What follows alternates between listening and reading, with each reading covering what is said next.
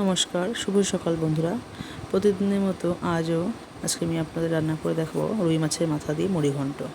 মুড়িঘণ্ট রান্নার জন্য মাছে নুন হলুদ মাখিয়ে রেখে দিতে হবে কিছুক্ষণ। এবার আগে থেকে পরিষ্কার করে রাখা গোবিন্দভোগ চাল কড়াইতে তেল দিয়ে কিছুক্ষণ ভালো করে ভেজে নিতে হবে। চালটা ভাজা হয়ে গেলে একটি বাটিতে তা নামিয়ে রাখতে হবে।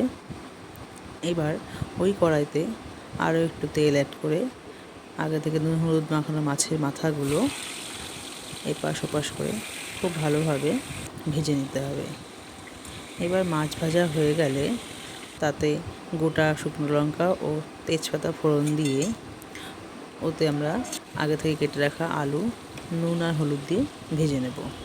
ভাজা হয়ে গেলে গোটা জিরে ফোড়ন দিয়ে পেঁয়াজ কুচি ও লঙ্কা কুচি দিয়ে ভাজা ভাজা করে নেব। তাতে নুন হলুদ গুঁড়ো ধনে গুঁড়ো জিরে গুঁড়ো লঙ্কা গুঁড়ো ও বেটে রাখা আদা দিয়ে বেশ কিছুক্ষণ ভালো করে নাড়িয়ে চাড়িয়ে কষিয়ে নিতে হবে। এখন কষানো অল্প হয়ে এলে তাতে ভেজে রাখা চাল আর ভেজে রাখা আলু দিয়ে দেবো। আলু দিয়ে আবার কিছুক্ষণ নাড়াবো।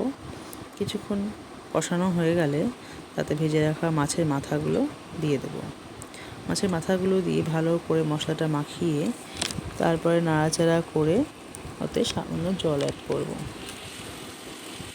এখন ঝোল যখন ফুটে আসবে তখন ঢাকনা দিয়ে ঢেকে দেবো।